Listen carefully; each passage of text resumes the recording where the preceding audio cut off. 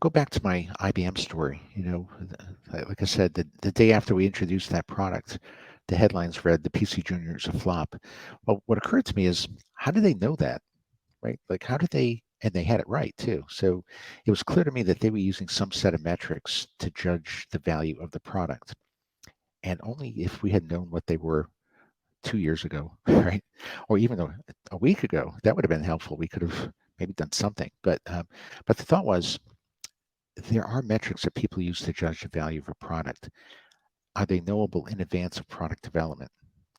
And that set me down this path to say, well, if that's true, because clearly people are using some metrics, where do they come from?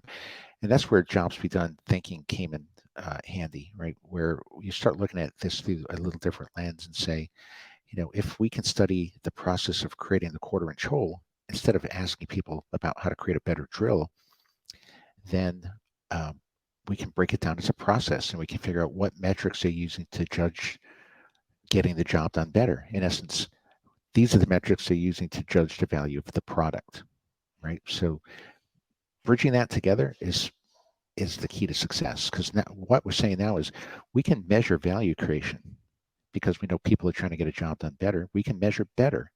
Better means faster. It means more predictably. It means higher output throughput.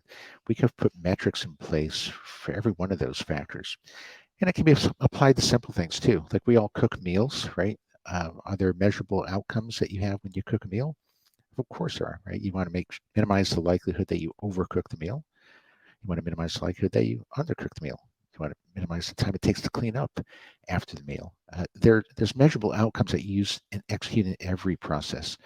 Now, these may not be top of mind on your consciousness as you're executing the job, but these statements are collectible from customers. They know them. They can articulate them.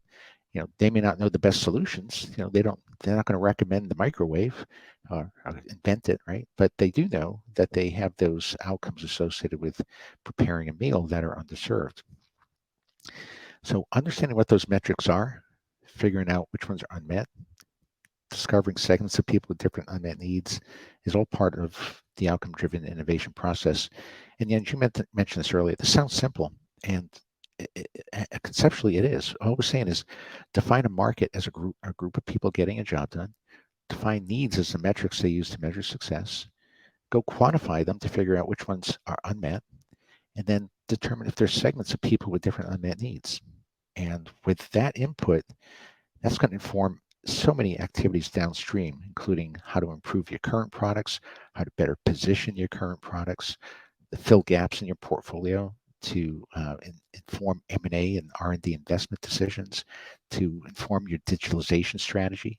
And the reason that's true is because all those downstream activities are dependent on knowing where to go create value, right? And the organization exists to help companies get a job done better. And you're tying these metrics directly to what that means, right? So now you have this straight line set of metrics that say, if I focus on these in this order, I'm going to create the most value for my customer. And that's why I say, this puts you on the most efficient path to growth. That's what I mean by that, because you're always focused on the need that's most unmet to the largest customer population. And it's knowable. You can calculate it. We've been doing it for years, right? So I think that's the beauty of it. That's it in a nutshell.